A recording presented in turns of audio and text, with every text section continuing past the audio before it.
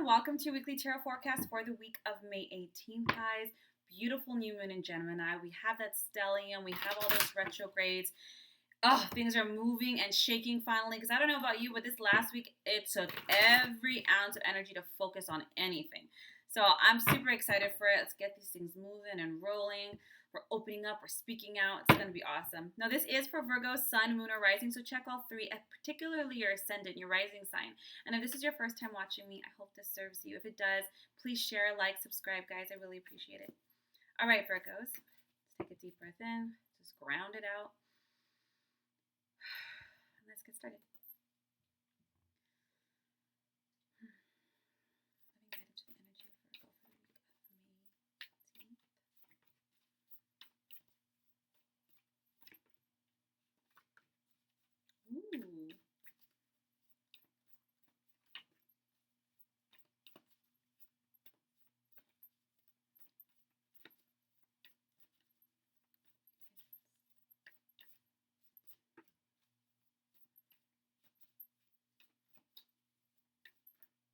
Ooh.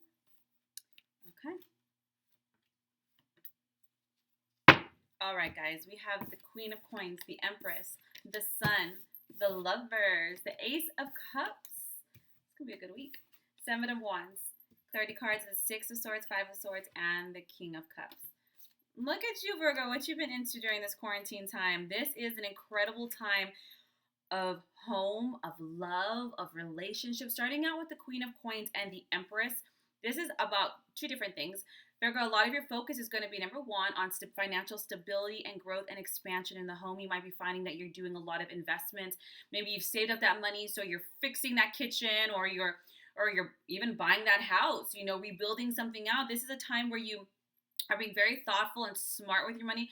Queen of Coins, and don't look at gender here. You're very practical and wise with your money, but you're reinvesting it. You're investing it in your home, in yourself, in others around you. You're being very, down to earth, dealing with challenges in a very practical way.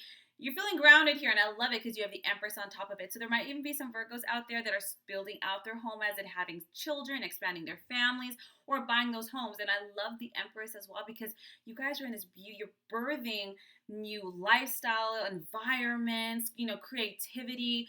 You're actually using this time, your resources, your energy, your vision to create the physical surroundings that are ideal for you. Maybe you're like, I've wanted so long to... I'm always working, so now I'm actually home with my children or my kids or my dog or my cat, and I'm actually can paint. I can make that little grotto in the backyard. I can make my little meditation corner. You guys are creating a haven, really, a space of clarity and safety and creativity and nurturance for yourself and others. You have the Sun card. This is an incredible week, Virgo. I got to check out what some of these planets or what houses you're in, but this is about happiness. And the Sun card isn't just like random luck. Yeah, it's been tough, and you're kind of coming out into the sun. Brilliant outcomes. If you guys are looking to hear some answers back from anything, loans, jobs, you're very likely to get a yes this week. Congratulations. And these brilliant outcomes didn't come just willy-nilly. It happened because you did your best to stay positive. You did your best to keep focused, and now you're being rewarded. You have the Lovers and the Ace of Cups. Now, a lot of my clients tell me, but are in quarantine. Let me tell you, I've heard more relationship stories in quarantine. It's crazy. But Virgo, this is an incredible week for romantic relationships, new romantic relationships, healthy, happy romantic relationships, soulmate relationships, I might add, not karmic. Now, if you are already in a relationship, this can also be a deepening of a resurgence of love. When you kind of get out of that rut, kind of like, it blossoms and you guys are finding like a second honeymoon kind of energy. That's what this is, and it's all for the deepening of the foundation and the health of the relationship. Now, this doesn't count for toxic relationships. Toxic relationships are something different, but this is a soulmate relationship, and it's healthy. Everyone gets in a rut, and no relationship is perfect, but this is definitely a blooming and healthy expansion of love. You have the Seven of Wands here with the Six of Swords and the Five of Swords and the King of Cups.